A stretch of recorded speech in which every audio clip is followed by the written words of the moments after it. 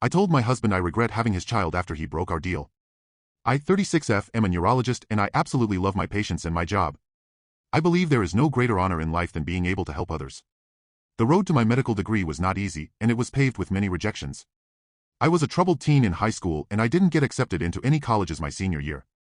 I had to work my way up starting with remedial classes at my local community college. When I finally got into medical school at 26, I was absolutely thrilled. I met my husband, 37M, in my third year of medical school. We have been married for 4 years now. My husband works in marketing and I make 3 times his salary. From the beginning of our relationship, I was very upfront that I was unsure about having biological children. My dream was always to adopt from foster care and my husband seemingly understood this. However, after his friend had a baby boy last year, he began to really press me on having children. I was initially very against this idea because I was just beginning my career. I wanted to wait a few more years before revisiting the topic of children. In August of last year I found out I was unexpectedly pregnant due to a condom breaking during sex. I was initially considering an abortion, but after many heartfelt conversations with my husband, we decided to keep the baby, and he would quit his job and stay home until our daughter was old enough to start preschool. There were several factors that went into our decision to have him stay home with our daughter. I make significantly more money than him, so financially it just made more sense. I am in the first few years of my career as an attending physician. After 4 years of med school and a 4-year residency, I am just starting to practice on my own, whereas my husband has been in his career for 15 years. I was very clear I had absolutely zero desire to stay home and be a housewife. I respect stay-at-home mothers, but my work is my life, and I would go crazy at home all day. This just isn't a lifestyle I want whatsoever. Finally, I am not comfortable putting my child in daycare until she is old enough to express herself verbally. As a victim of a molestation when I was young, I just do not trust people enough to leave my daughter in the hands of strangers when she would be unable to report abuse/neglect. Our daughter is 9 weeks old today, and I am preparing to return to my practice in a few weeks. This weekend, I left my husband alone with our daughter while I attended a medical conference out of state. The conference was amazing, but when I returned home, my husband began acting weird. Today when our daughter was napping, I pressed him to tell me what was wrong. He absolutely broke down and said he doesn't think he can do this. He expressed how trapped, alone, and overwhelmed he felt all weekend. He now wants me to extend my maternity leave and is talking about trying to get his job back. This made me freak out, and I asked, well, what will we do with our daughter now? He responded by suggesting I leave my practice and work from home. I said absolutely not, and he suggested daycare. At this point I just lost my shit and screamed, if I knew you were going to back out of your promise to take care of our daughter, I would have never had your child. I know I completely overreacted and I would never trade our daughter for anything, I love her so much. But I am so upset with my husband and I'm not sure how to move forward at this point. Update. A few days after I made my original post, I realized how awful what I said to my husband was. No matter how upset I was, I never should have used our daughter as leverage in an argument.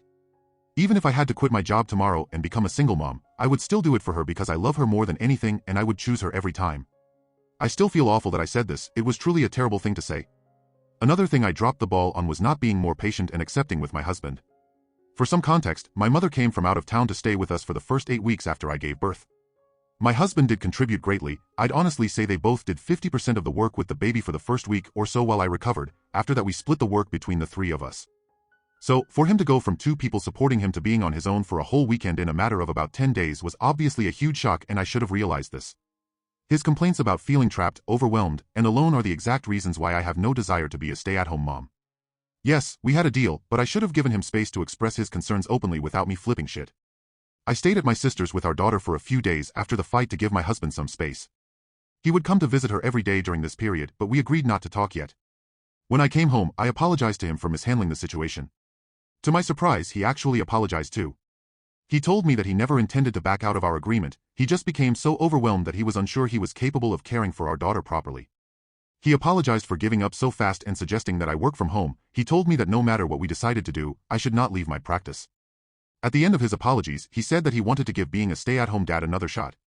We then had a very long conversation about how we would handle things from there.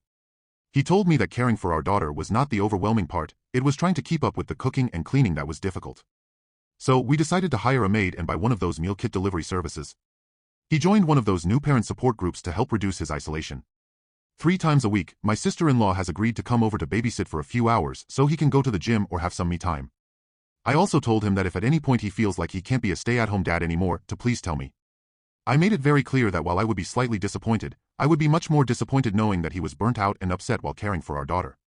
Since this, we've also taken steps to strengthen our marriage, going on date nights once a week.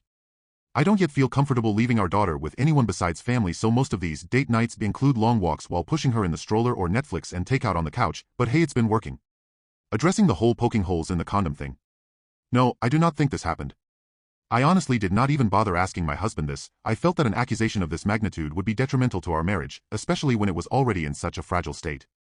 My husband has agreed to get a vasectomy, so we don't have any more happy accidents. He is scheduled for later this year, and we are abstaining from PIV until then. This whole situation has made me realize I needed to go back to therapy, and I have been seeing my therapist for about 6 weeks now. My CSA hadn't impacted my life for about 8 years prior to this, but having my daughter and dealing with postpartum anxiety has stirred up some really dark thoughts. I know that I am being overprotective due to my trauma, and I want to work through this so that I can be a good mother and a good partner. A lot of people told me to leave my husband, and I'm sure a lot of people reading this may think that I'm making a mistake. I know that I am not. My husband had a weak moment and broke down, but he does not have a pattern of being unreliable, dishonest, or unsupportive. He supported me through my final 2 years of med school and throughout my residency. Please try to remember that my post highlighted the worst moment in our relationship. It did not show the 8 wonderful years we have had together.